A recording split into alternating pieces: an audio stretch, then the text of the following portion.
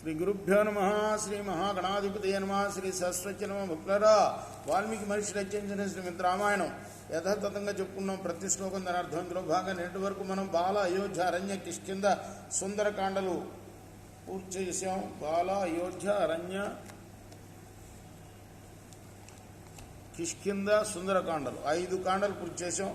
యుద్ధకాండలో కూడాను 10 సర్గలు పూర్తి చేసి 10 కాదు 29 సర్గలు పూర్తి చేసి 30వ సర్గలోని 11వ శ్లోకం వరకు చెప్పుకున్నాం. ఈ రోజున 12వ శ్లోకం కొనసాగిద్దాం. కొనసాగించే ముందు వాల్మీకి మహర్షిని ప్రార్థన చేసుకుందాం. కూజంతన్ రామ రామేతి మధురం మధురాక్షరం ఆరుహ్య కవితా శాఖం వందే వాల్మీకి కోకిలం. గరుడ వ్యూహమస్తాయ సర్వతో హరిభిర్వృత మాం విసృజ్య మహాతేజ లంకామేవాభివర్తతే. రాముడు నన్ను విడిచిపెట్టేశాడు. గరుడు వ్యూహంగా ఏర్పడిన వానరులు నలువైపులా నన్ను అనుసరిస్తూ ఉండగా ఇప్పుడు లంక వైపు వస్తున్నాడు ఆయన. పురా ప్రాకారమాయాతి క్షిప్రమేకతరం కురు సీతాం వాపి ప్రేచ్ఛాసు శుద్ధం వాపి ప్రదీయత. కాబట్టి ఇదంతా ఎవరు చెప్తున్నాడు? ఇది మూడోసారి. మొట్టమొదటిసారి శుకుణ్ణి పంపించాడు. ఆ తర్వాత సుఖసారణులు ఇద్దరిని ప్రేమించారు. తర్వాత చాలామంది గూఢచారులను పంపించారు. ఈ చాలామంది గూఢచారుల్లో ముఖ్యుడైన వాడి పేరు శార్దూలుడు అనేవాడు. వాడు చెప్తున్నాడు అన్నమాట, అయ్యా ఇప్పటికైనా తమరు సీతనన్నా ఇచ్చివేయండి, యుద్ధం అన్నా చేయడానికి సిద్ధం కండి.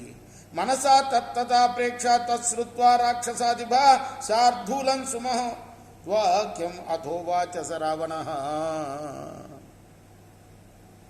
అప్పుడు రావణుడు ఆ మాట విన్న తర్వాత మనసులో ఊహించుకొని,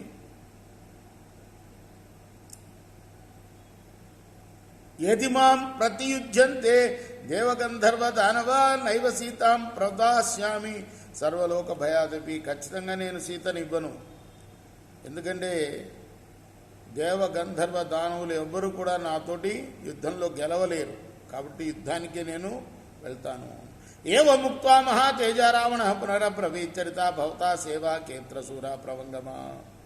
ఇలా పలికిన తర్వాత, నువ్వు వానర సైన్యాన్ని బాగా పరీక్షించావా? ఈ వానర సైన్యంలో సూర్యులైన వాళ్ళు ఎవరో చెప్పు నాకు.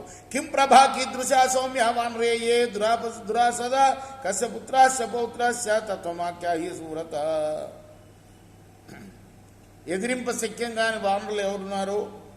వాళ్ళు ఎట్టి కాంతి గలవారు? ఎవరి పుత్రులు, ఎవరి పౌత్రులు? ఈ విషయం చెప్పు నాకు. అంటే ఒకసారి వాళ్ళు సుఖసారణులన్నీ చెప్పారు వివరాలు. అయినా కూడా మళ్ళీ కౌంటర్ ఇంకొక పరీక్ష కూడా చేస్తున్నాడు. ఇంకా కొంతమందిని పంపి నిశ్చయించుకుంటున్నాడు అన్నమాట. తథాత్ర ప్రతిపత్స్యామి జ్ఞాత్వా తేషాం బలాబలం అవశ్యం ఖలు సంఖ్యానాం కర్తవ్యం యుద్ధమిచ్చత. రాజప్పుడు కూడా ఒక్కరినే నమ్మరు. 2-3 ముగ్గురు గూఢచారుల ద్వారా సమాచారం తెప్పించిన తర్వాత అప్పుడు ఒక నిర్ణయానికి వస్తాడనమాట. వాళ్ళ బలాబలాలు తెలుసుకొని ఏం చేయాలో నిర్ణయిస్తాను. యుద్ధంకై వచ్చిన వాళ్ళని అందరినీ కూడా జాగ్రత్తగా వాళ్ళని లెక్క పెట్టుకోవాలి నేను. అధైవ ముక్త శార్దూలో రావణేనోత్తమశ్చర ఇదం వచనమారేభే భక్తున్ రావణ సంవిధో. అప్పుడు శార్దూలుడు ఇలా పలకడం ప్రారంభించాడు. అధర్క్షరజస పుత్రో యుధిరాజ దురాసద గద్గద శాతపుత్రోత్ర జాంబవానితి విస్తృత.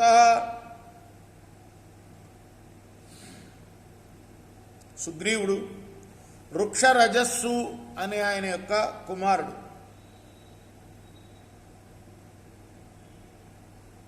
ఇంకా అతను కాకుండా గద్గదుని పుత్రుడు ప్రసిద్ధుడైన జాంబవంతుడు కూడా అక్కడ ఉన్నాడు. గద్గదస్యైన పుత్రోన్యో గురుపుత్ర శతక్రతో కథనం యస్య పుత్రేణ కృతమేకేన రక్షస. గద్గదుని ఇంకొక కుమారుడు పేరు ధూమ్రుడు. ఇతడు బృహస్పతి పుత్రుడైన కేసరి. అంటే ఒక్కొక్కరిని పరిచయం చేస్తున్నాడు. మళ్ళీ అదే పర్వత ప్రాంతంలో పైన ఒక ఎత్తైన పర్వత ప్రాంతం మీద నిలబడి రావణాసురుడు కింద ఉన్న వీళ్ళందరినీ కూడాను చూస్తూ ఉంటే అసార్థులుడనే గూఢచారి మళ్ళీ పరిచయం చేస్తున్నాడు ఒకరొక్కరిని.